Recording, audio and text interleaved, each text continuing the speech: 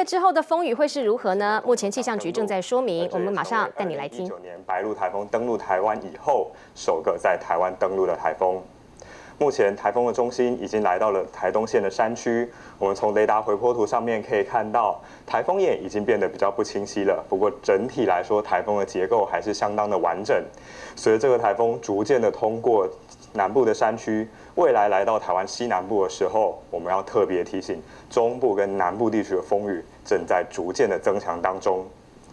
而在台风登陆的这段期间，其实也为东半部地区带来非常大的阵风啊。我们在台东的人工站有测得15级的阵风，那在其他的地方的话，其实也有测到16级的阵风啊。从目前累积到今天下午4点的阵风资料，我们可以看到，在登陆点附近，其实包括了成功，以及包括了台东县的绿岛，都有测站出现了16级的阵风。那周遭的像花莲的富里、台东县的东河也有14级的阵风啊。那我们不排除在稍后可能还会有更大的阵风出现。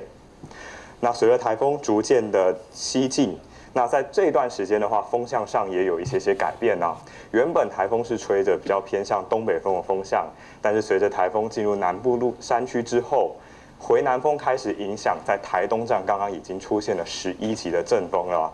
另外，在西半部的沿海风力也逐渐的增强，目前已经有8到10级的阵风出现。我们预计，随着台风逐渐的进入台湾的西南部，在中部跟南部的风力会更加的增强。我们预计从今天晚上开始，一直到明天上午，在云林以南会出现10级以上的阵风，尤其在南部地区，甚至会有11级左右的阵风出现。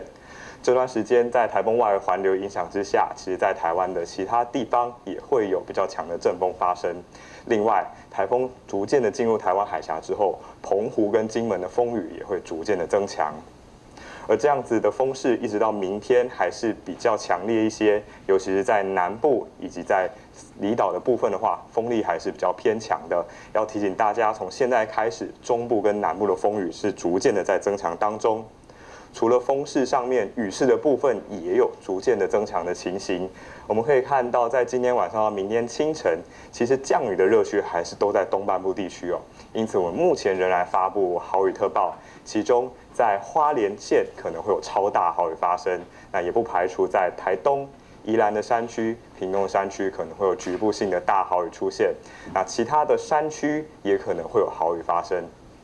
而随着台风进入台湾西南部，我们也可以发现，在南部地区、澎湖地区的雨势也逐渐的增强。我们不排除在这一段时间，南部可能会有大雨或豪雨出现。